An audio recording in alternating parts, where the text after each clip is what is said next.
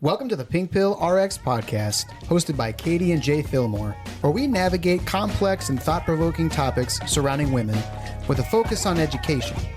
For shorter form content, follow us on TikTok, Instagram, or YouTube at Caters88 or PinkpillRx. That's KATORS88.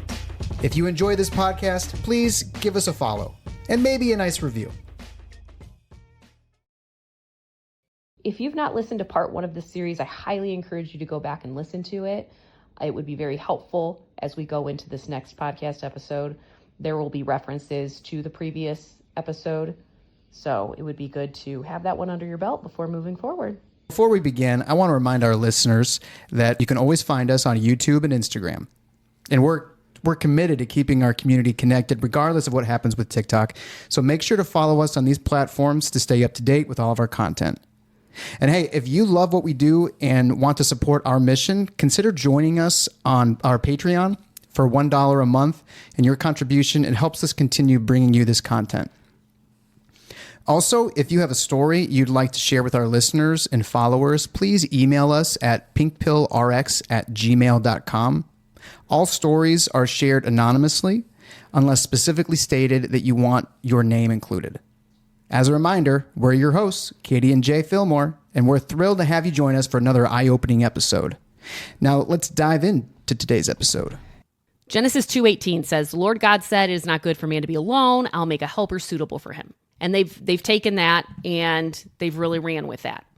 My problem is that I hate the word that they chose to translate to helper, because that word is actually called Ezer, and I'm probably saying it wrong, honestly. But in my opinion, it's misinterpreted, particularly in relation to gender roles. And so here are some facts about the word Ezer. Ezer does mean help, support, or aid in Hebrew. Okay, it appears 21 times in the Old Testament. So this is what God is calling, when the word helper is in that verse, really it's saying, I will make for him an Ezer. Okay? And so it appears 21 times in the Old Testament, this word Ezer. And its usage in reference to women, it's used twice in Genesis to describe the first woman, Genesis 2:18 and 2:20. And the usage in other places it refers to God as Israel's help or rescuer. That doesn't sound like a submissive, at the very least, a submissive role. At the very least. I mean, it doesn't sound like that. Yeah. God's using the same word for himself. God describes himself this way. And then three of the times it refers to powerful nations Israel called on for military aid.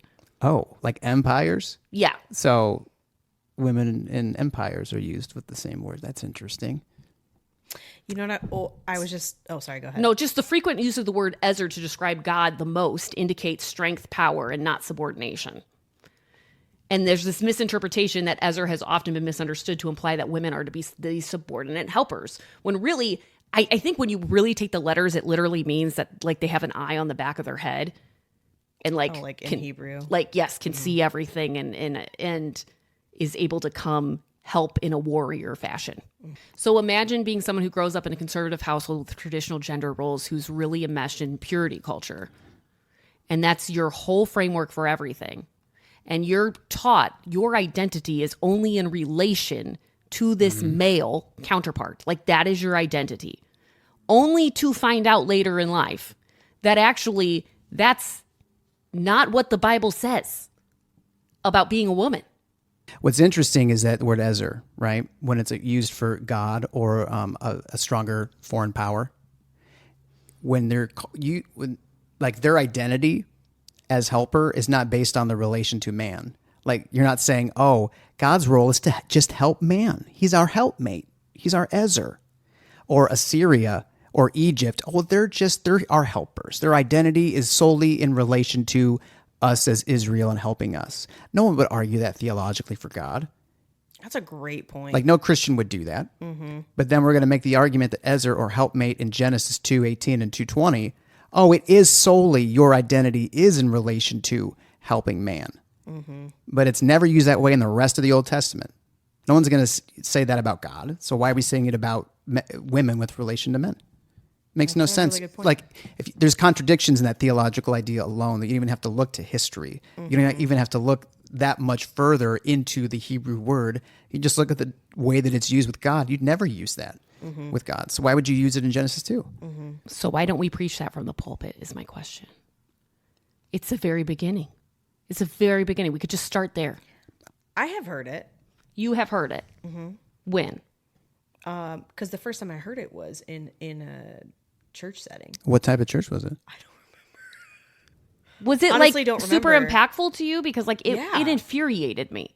It was impactful for me. Yeah, it was spoken to me in a church set. I don't remember if it was a sermon or like a conversation, like but I heard it in a church at some point because I remember thinking, well, that's a game changer. Like that's a big deal, you know? But Used to be a whole series on that. and I did actually see a TikTok of a pastor who was preaching about. It was actually really good. So there are people that do it, but I don't think it's happening very often. If you go to a church that's preached on that before, please tell me and please email me about it and let me know what church you go to. Yeah, Because like I just genuinely want to know. I genuinely want to know, like denomination wise. I have heard at my church, I have heard other people preach about the importance of women and equality and all of that sort of thing, but I don't know that I've heard a sermon on this specifically. This uprooting I just the think it's theological so foundations important. of it. Like because of how foundational it is. yeah, totally. Like This you can. This is where we cultivate the respect for the woman right at the very beginning, right at the very beginning, her first debut in biblical literature. Like, so we can talk about how women should be equal or be able to preach or be able whatever, but if there's not that respect that has already been cultivated there as a warrior hero, like it's just not, I don't feel like it carries through very seamlessly, at least. Piggybacking on that, it's like talking about women and equality is wonderful, and that's needed more and more and more and more. It's like you have to dig up and fix the foundation, which are these identities about women, and a lot comes from Genesis 2.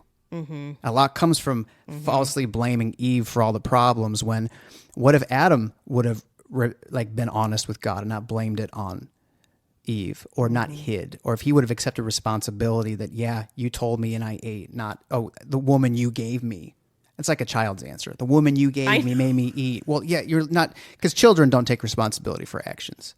Adults and men in particular, like, we need to take responsibility for our actions. And from the very beginning in this story, whether you believe it's literal or symbolic and allegorical or whatever, like, there's a message there about taking responsibility. So, like, who knows how that would have ended up? And Adam was, if you read the scripture literally, Adam was given the command.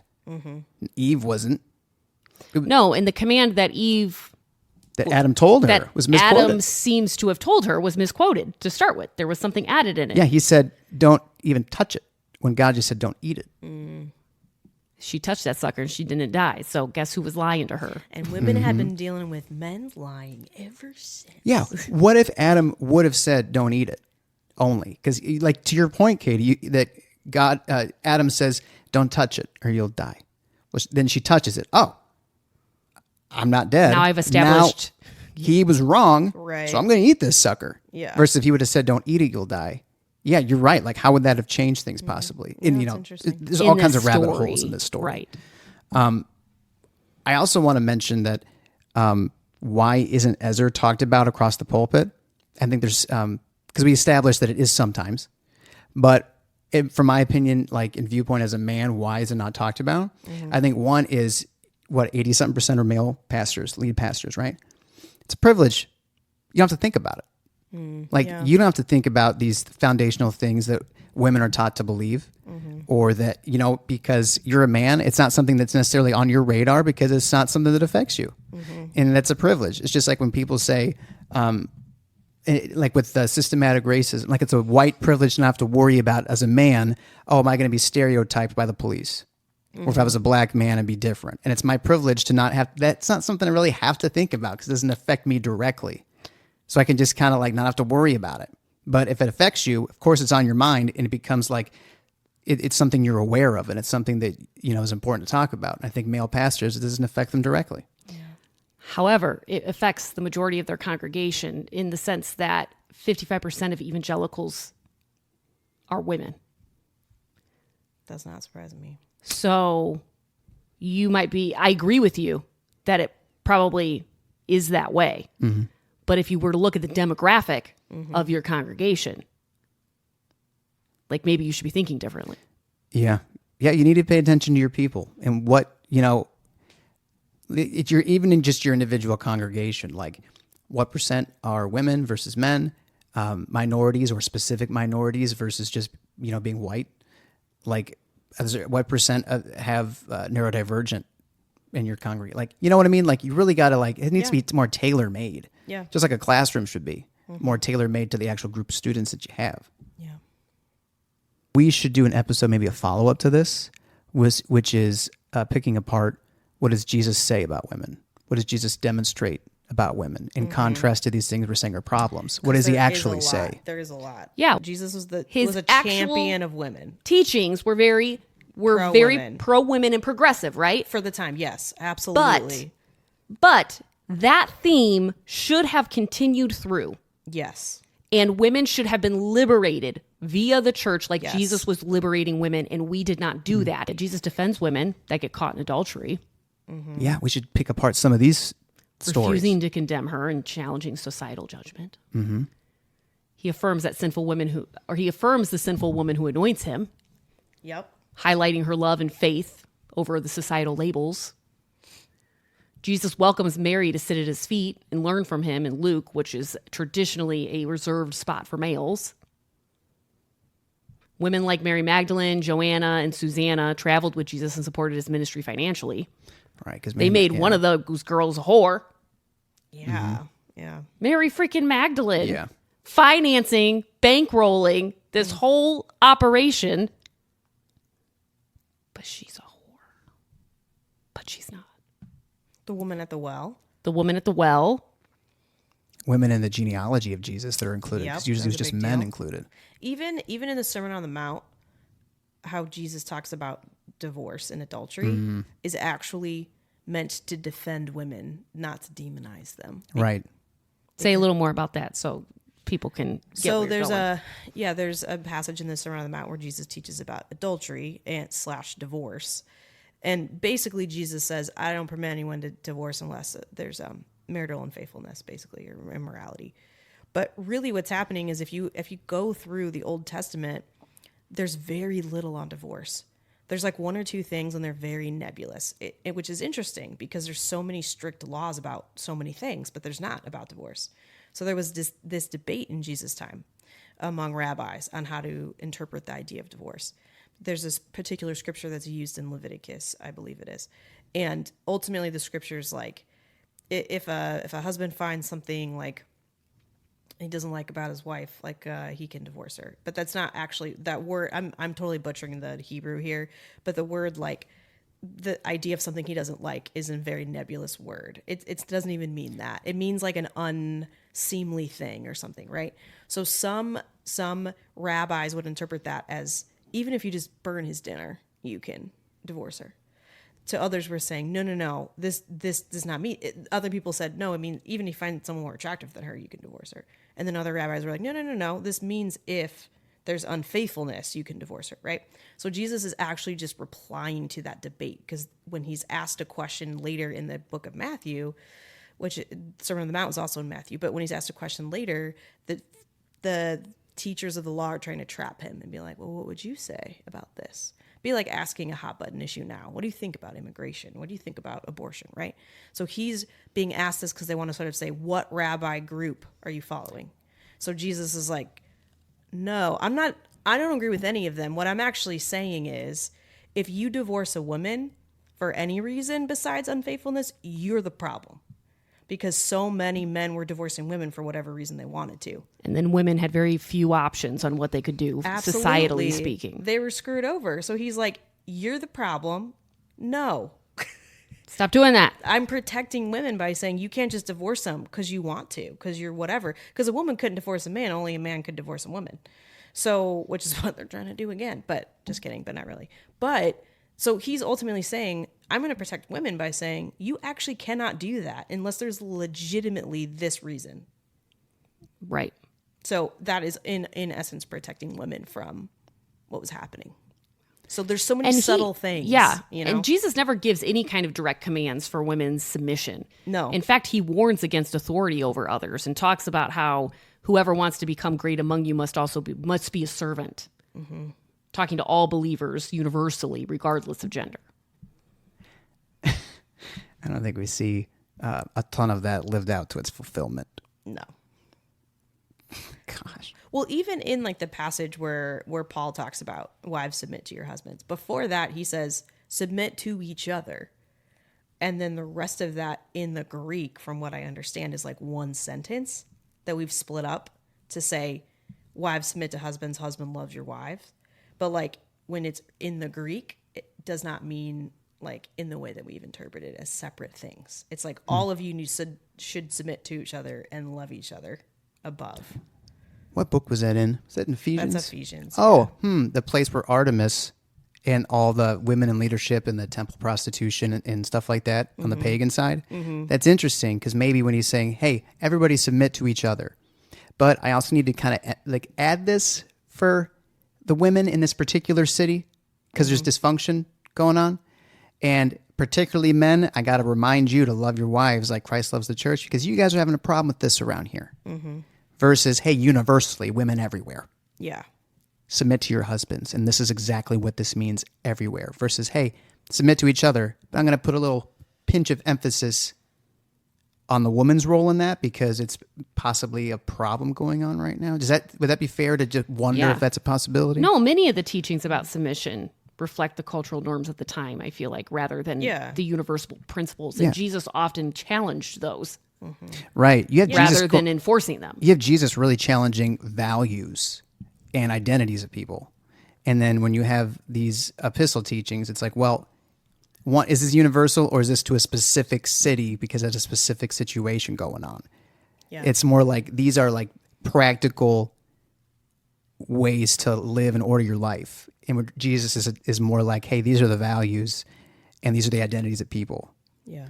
And that's much more universal than perhaps what's going on in Ephesians. Yet, I feel like people are nervous church people are nervous to put cultural context behind things. Oh. Because like, what if it's my favorite thing to do. What if it changes everything else I believe about everything? No, that's not even what I'm talking that's about. What I would think. No, I'm talking about cultural context behind it because like, what if that one wasn't meant for cultural context? What if that one was actually meant for realsies and not, cultural context? But yet, again, we can have a literal word like ezer, which literal has a letter for letter definition. But we're not going to talk about that in context, even though that's very blatant. But yet, do you know what I'm saying? It's like there's the double standard. It's a cherry picking of like, well, that's cultural, but that's not. And that's literal, but that's not. Yeah, there's a lot of like, it is very interesting because I think also if everything that we thought was literal, whether we agreed with it or not, we actually understood the context of, we would then know if we should apply it literally or not. Do you know what I'm saying? Yeah, because maybe you should. There are things that like, down to it. I think the context is important for everything. And then when you find out what it means in context, then you can determine, oh, this is actually probably a thing, or this is actually probably not a thing. Yeah. Dude, I mean, you cannot interpret everything literally. I'll give you an example. Yeah. I think it's the end of 1 Thessalonians. Paul says, pray without ceasing. You take that literally, you should be praying every second of every day. You should never cease. Mm-hmm. Never cease. So you should always be in your mind, in the back of your mind, no matter what else you're doing, you should be praying all of the time. Yeah. Well, no one says that's what that means. But if you read everything in the Bible exactly literal, that's how you should take it. Mm-hmm. But no one's going to say that. Mm-hmm. So not even people who take the entire Bible literally say they do, really do.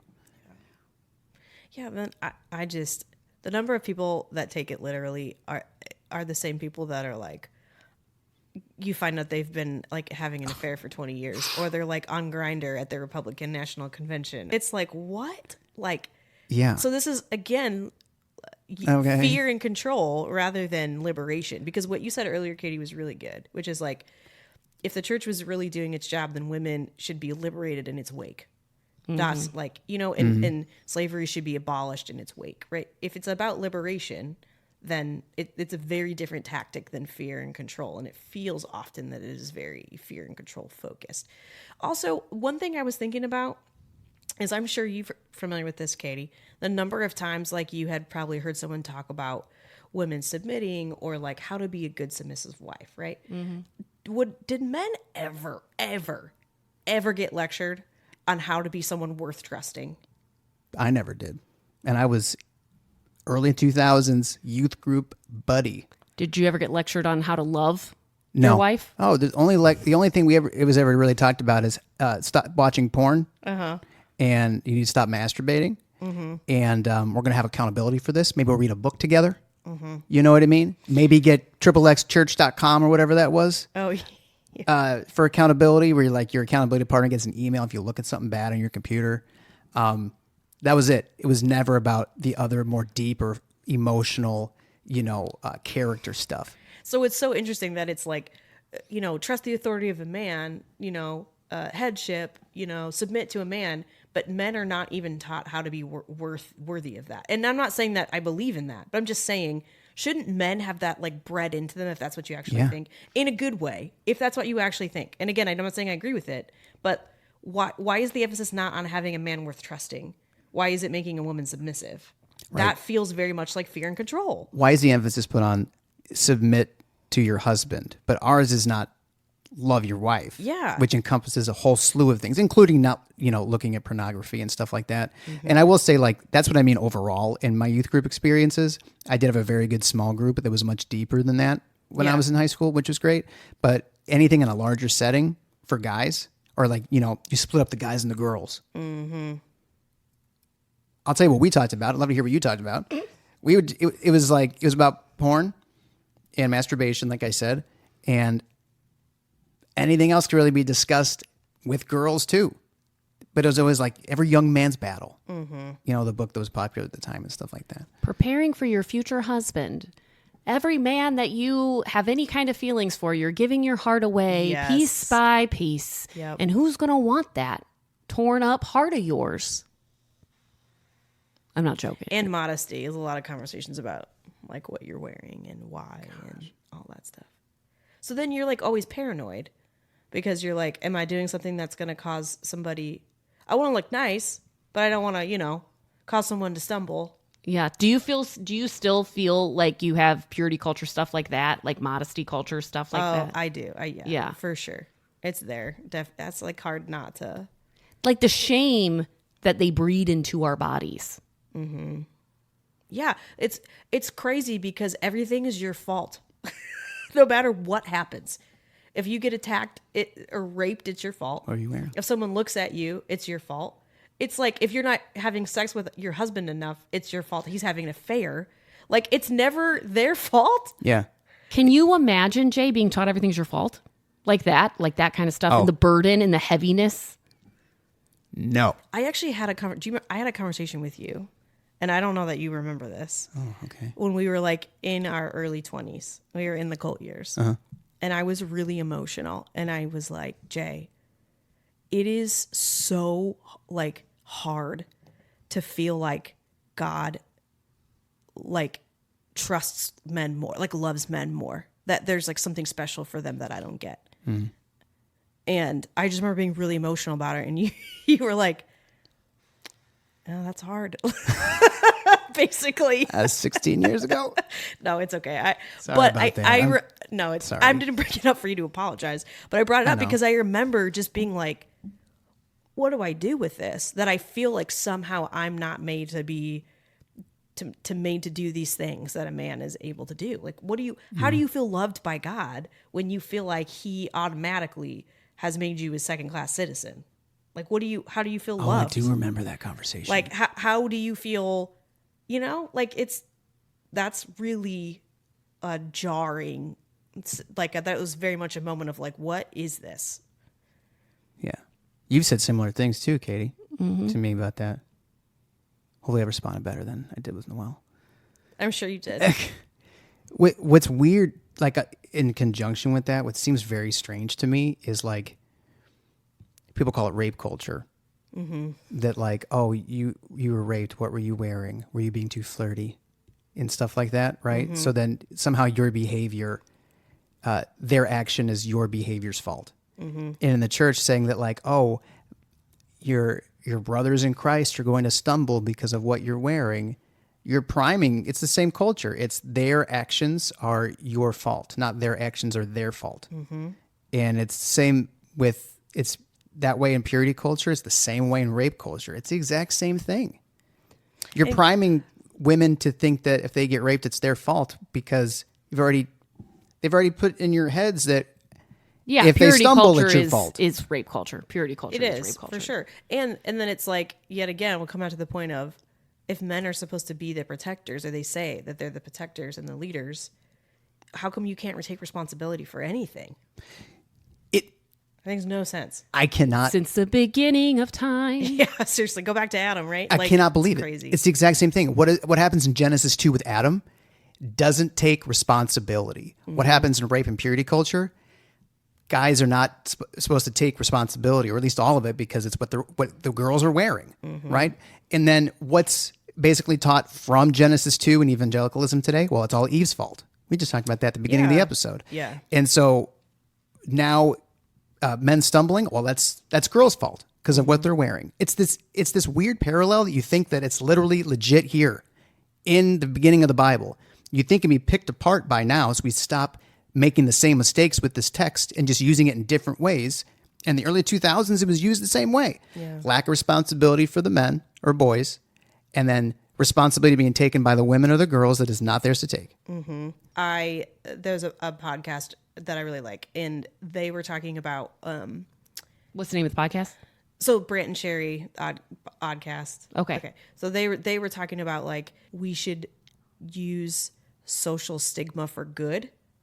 So for example, right now in Christian culture, social stigma is against women for dressing a certain way. Well, why do we not have social stigma for like men that don't take care of their kids? Like if we all were like, that's terrible, then men would take responsibility for their kids. Or if our social stigma was like against, I don't know, men who rape people instead of women, then maybe it would start to change the way the culture is. I just thought it was an interesting point. Yeah. We could do that with like, dude, you're not taking care of your kids. Your wife does everything with them. What are you doing? I'm still stuck on the fact that when you broke off into small group, what you're talking about is don't masturbate, don't watch porn. Now let's go play a game. Meanwhile, we're getting completely indoctrinated from head to toe, literally. My thing is, though, is that then you have these girls growing up in church that are thinking that these men are getting the same formation that they're getting.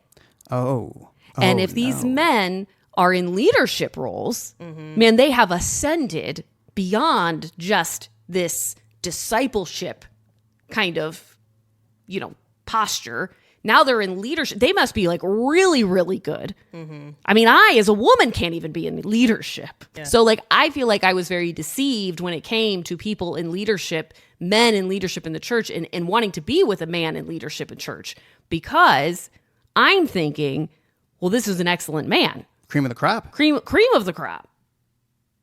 Meanwhile, I didn't realize the lack of formation. Using that example that you guys go off and have those two conversations and that's it. Dude. And how easy it is, apparently, for men to get into religious leadership, despite for previous formation. And it's a cesspool for narcissists. For sure. Like there's certain concrete reasons why it's a draw. It is a draw for narcissists. Which is a conversation for a different episode. But it's interesting because like women are taught to fear themselves in all of that, like in purity culture, because it's like anything you do could be a problem. You just don't know when and what. If you do too much, if you do too little. Whereas like men are taught to just seek leadership. Like I don't even know. Yeah, what are you taught exactly? Well, what do you feel like the outcome of like what did you learn about masculinity in the church, good or bad? Like, do you feel like there was a message sent to you besides don't watch porn? Let me think for a second. I really got to think because I don't know, aside from my small group. Because honestly, part of me feels like the message that I got was like, be smaller in a way, or like be to be afraid of yourself. And that's not the message I feel like I get now, but like that is for sure. That was formational. That's what I took away, whether it was intended or not. I know the message, and the explicit message, and an implicit one that was unfortunate. Explicitly, you need to lead. You need to step up. You need to lead, and that's like that's the masculine. That's what fits you like a glove, you know. But implicitly, because there's not this super deep character development. At least there wasn't at a large youth group level for me. Like I said, I had a small group that met independently for like a couple years. But when that deep character development is not taking place as well, you're just teaching boys, hey, you need to lead. But we're not going to actually make you into someone who's like made of good leadership stuff. Mm-hmm. So just don't do the sexual immorality stuff. And then just focus on leading versus like, we're gonna really try and like cultivate deep character and good character in you and good, values and virtues in you. Mm-hmm. Because then you just get people who try to act like leaders because that's what you're told you are and what you should be walking in. But we're actually going to make you those who have character that leaders are going to do good leading. Mm-hmm. And I'm not complimentary. I'm not saying that is the role, but I'm saying like that's the messaging I got is. Yeah. You are supposed to step up, be a leader, but the virtues and character aren't developed necessarily to where like you're going to be a good one. Mm-hmm. You're just going to be like, I don't know, ready, fire, aim instead of aim. You're just kind of wielding a gun without being trained on it. Yeah, that makes a lot of sense. It was such a joke. Well, it doesn't sound like it was traumatizing, so. No, and for me is like I wanted that still deep in my body. Yeah, I cannot imagine because I wasn't getting what I wanted in terms of the depth, but I was not being falsely programmed with a bunch of mess. And I don't even think you don't really realize it till later, in a way that you're like, oh, because I remember when we met, Katie. Like you were so deep in it because that's how you've grown up. Yeah, like yes, I was so deep, like skirts only. Like Katie was wearing skirts, and I remember having a conversation with you about the morality of flirting. I bet. Oh, I'm sure. 1 or 2 points. So, and I was like, not on board. It was just you're steeped in it more than I was. Yeah, like you were further down the hole than me. But it was interesting. It's interesting because like I don't think either of us realized it till a lot later how damaging everything was, So it's just that approach is. It was definitely and then you feel like you focus. can't trust yourself too. That's another thing I'm working through in therapy. Like, you can't trust yourself because everything. If you're taught to like ultimately fear yourself, then you can't trust yourself. And then that's how you end up in bad situations. Right. And you're harboring this lack of safety in your own body. Yeah. Right. And your intuition and your sense of self, like your gut tells you, oh, like I am capable of teaching. I'm capable of leading. I'm capable of doing this or doing that. But then the church tells you, no, that's not your role. No, you're not. Well, then you don't trust your gut because the authority figure that is in your life is telling you that your gut's wrong. Well, yeah. And even still, like, how do I word this in a way that makes sense? If we take like ministry, for example, because that's what we're talking about, if women were even like, if you just get rid of the fear, let's say women weren't even taught to fear themselves or whatever, but if men are still the only ones getting that, hey, you can be a leader, then like women still aren't going to pursue leadership. But like if both are getting that, then like women usually overperform compared to men. Yeah. Yeah, shouldn't it just be like in the, a lot of people who fall on the more conservative side of religion also fall on the conservative side of politics. Mm-hmm. So you're probably like a big free marketer, big capitalist fan and stuff. Well, what happens in the free market? Those who do the best get the job. It's like merit based. You know what I mean? Like the company that performs the best is going to survive. Mm-hmm. It's survival of the fittest, but within the economy. Mm-hmm. So why wouldn't it be the same in the church world? You want the best. Man or woman, you want the best leaders. Mm-hmm. So why wouldn't it be like, well, it's about competition. Who is the best for the job? Not these archaic type of roles. And they're like, we don't want DEI and we don't want, quotas with affirmative action and stuff like that. It should just be based on who's best for the job. Mm-hmm. Well, why would you not apply the same argument to leadership in the church? It's who's the best for the job. Who's the best for the job with a dick? That's what it becomes. Yeah. And so you eliminate, how many good teachers are just gone. It reminds me of like other in countries where women are more oppressed. Mm-hmm. I think of Afghanistan and stuff like that. How many world-class scientists we're never gonna are just never going to get education and never become what is in their their mind and brain and like makeup to be. How many world-shattering sermons have we not had the privilege to hear because they would have came from a mouth of a woman? Yeah, how many Tim Kellers and Dietrich Bonhoeffers and whatever are don't have a voice because we don't. Jay, how do you think the patriarchy in the church affects men? Do we know? We talked a bit about how we think it affects us as women. Well, I think lack of character development would be be a good lack of depth. Yeah. Yeah, I don't know why there is not a lot of that. Yeah, at least where I grew up, and except for the little independent thing I had going on with. Which is unfortunate. Yeah, I think the church is an extension of patriarchy in general when we're talking about this because we're not taught how to sit with our feelings. We're not taught how to be emotional available with friends or with girls. We're not like that type of stuff is not the emotional needs that we have that are not getting met with the culture at large are also not being met in the church. We're not being developed that way. We're not being told it's okay to have emotions that are not just anger and here's how healthy ways to express them. That's not happening. You still have this emotional neglect that happens, even though you might have a good altar call, have a good conversation with somebody, maybe somebody has a follow-up coffee with you, but there's not this help that is needed. So I think it's an extension of patriarchy in general. I'm trying to think if there's anything specifically that the church does that outside the church doesn't happen with regard to boys. That's a good question.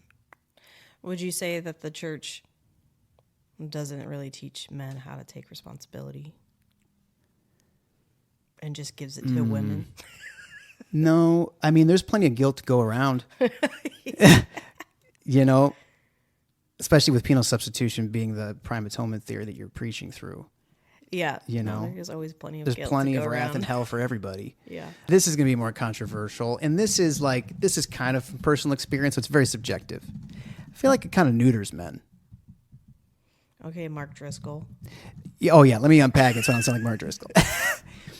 Because what he does, he doesn't fix the problem. It's a very shallow, we're going to go eat meat and hunt bears. Like, what?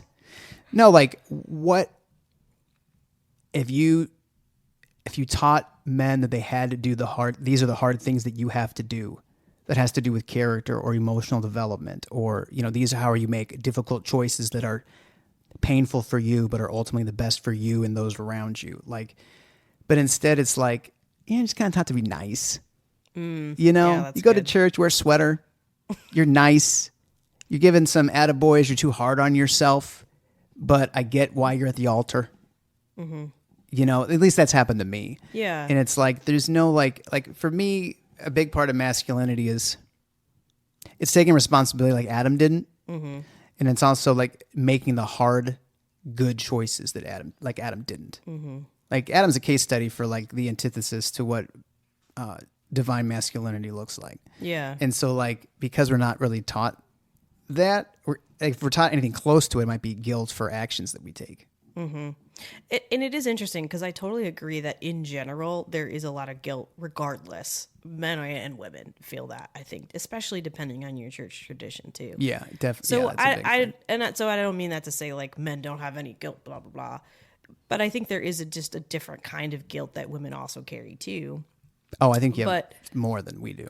But it is interesting because I feel like even the conversations that you guys have had or that we've had about so many other things related to patriarchy, right? Like emotional labor or, all these other things would also potentially be taken care of if men had that kind of character development and learned how to be emotionally aware because of the church and learned how to, do hard things instead of getting married and then relying on their wives to do. Yeah. Like if you are, like, to use a church term, if you are discipled, okay, and nurtured in the church to be more emotionally intelligent and to make hard good choices and take responsibility and things like that, then you are going to be so much more prepared to, like, be a good example and good guide for your children.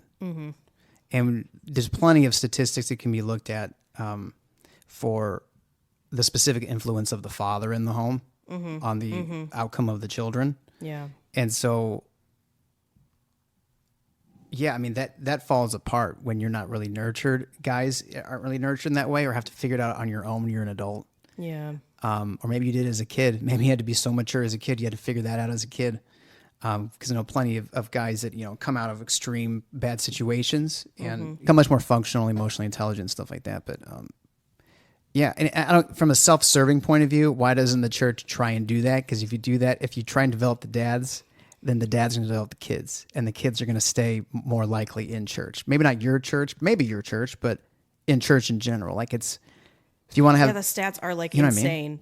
Like the percentage of kids that go to church if they had a dad that went to church versus if they had a mom that went to church, it's like in crazy percentage. Yeah, I think also, like, the church is more made up of women than men. Katie, you cited a stat for that earlier. And it's like, I wonder, do men really feel like there's something really deeply fulfilling about what you receive or what you contribute at church? Or are you still looking for something deeper and something more? Like, if you're a non-Christian, you visit a church and you're a guy,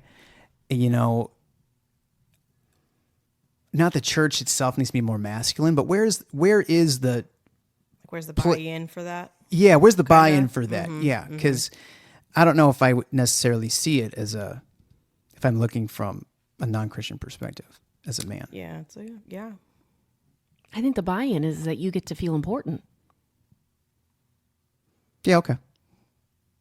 Like, the buy-in is that you're somebody here. You're somebody here. Yeah, especially if you're a white guy. Yeah. If you're a white guy and you either you have some type of talent that they want to use as a volunteer, can you play an instrument? Can you sing? Can you teach something? Here, let me tell you what AI says is the effect of patriarchy in church on men. So emotional suppression, which we talked about, because men are expected to conform to rigid definitions of masculinity, which discourage vulnerability, fear, sadness, or seeking help. And that can lead to, like, emotional isolation stuff. Yeah. High pressure expectations. So patriarchy places men in roles of authority and leadership based solely on gender, regardless of their actual skills or calling. And this pressure results in feelings of inadequacy, identity crises, and chronic stress when men are unable to meet those expectations. This one I found super interesting. Relational strain. Because men are often discouraged from forming meaningful friendships with women outside of marriage. So I'm not talking about being married and not having women friends. So I'm talking about, like, the point of having a relationship with women is to find a wife. Versus having friends that are, before you're married, having friends that are also girls. Yes. So meaningful friendships with women outside of the purpose of marriage due to concerns of temptation or impropriety. And this can lead to aloofness and a lack of connection with women in your community. Oh, yeah. Just understanding, like, well, yeah, you're here for one thing.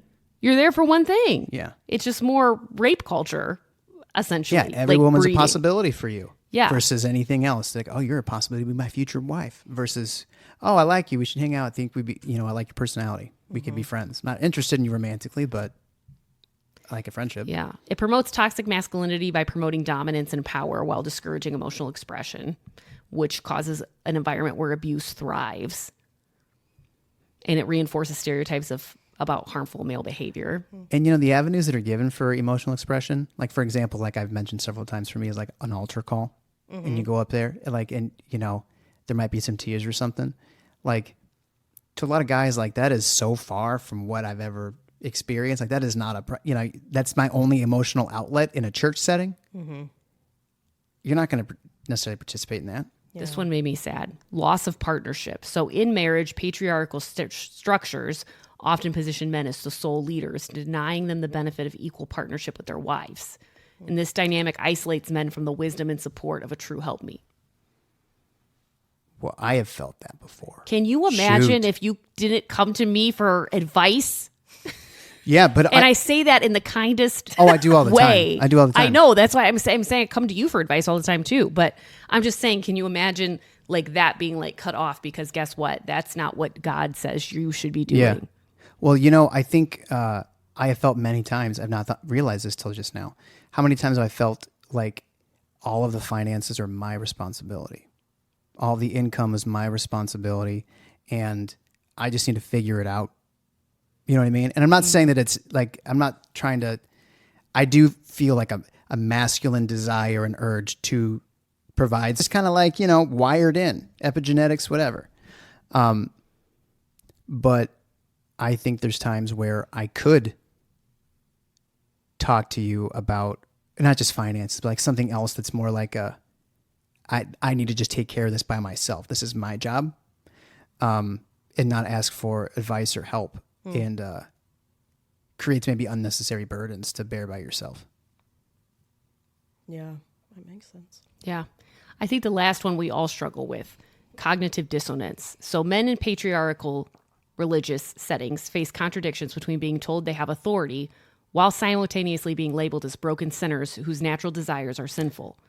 And this paradox contributes to mental health struggles like guilt, shame, and confusion about your role. Oh, yeah. Oh, yeah. And I do think there are some guys that get the almost like a shameful, similar, like your body is wrong feeling or teaching like women have. But I don't think it happens. I mean, I haven't seen it happen as frequently, but I think men can totally walk away with that feeling too. Oh, for sure. And like, I can't be in the room with a woman because I don't know what's going to happen. I don't want to do something wrong. Like there's a fear there, a paranoia there. Yeah. They're like, what the heck? I can't, I'm going to, And the amount of guys who are like very sincere and trying to walk the path and everything, they go to church. I'm thinking adolescents here from personal experience. And like, the only focus is, sexual sin and stuff. Right. The amount of extra shame and self-loathing that you experience when you're trying to not do certain things as a teenager, and then you do it, the amount of like self-hatred that it occurs that would not occur if maybe that wasn't the sole focus, or if it was more holistically focused, but it's like you just hate yourself so bad. Do you just how crazy it is that we had young, like college age leaders talking to us so much about sex stuff? Yeah. And also over-sexualize us much? Yes. No, that's what I'm saying. The over-sexualization of at least our generation growing up in the church. Like, when does that cross the line to like sexual abuse of some sort? Because the over-sexualization was crazy and is crazy. And I mean, obviously I'm not involved at that level anymore, so I don't know if it's like still I do wonder going strong, because I don't know. I don't know either.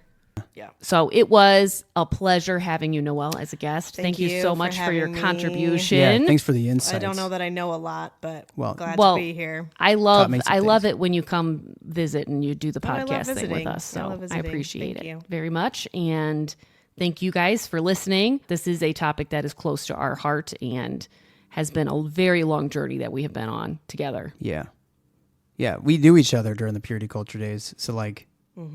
Yep, during the purity culture days and during the deconstruction days.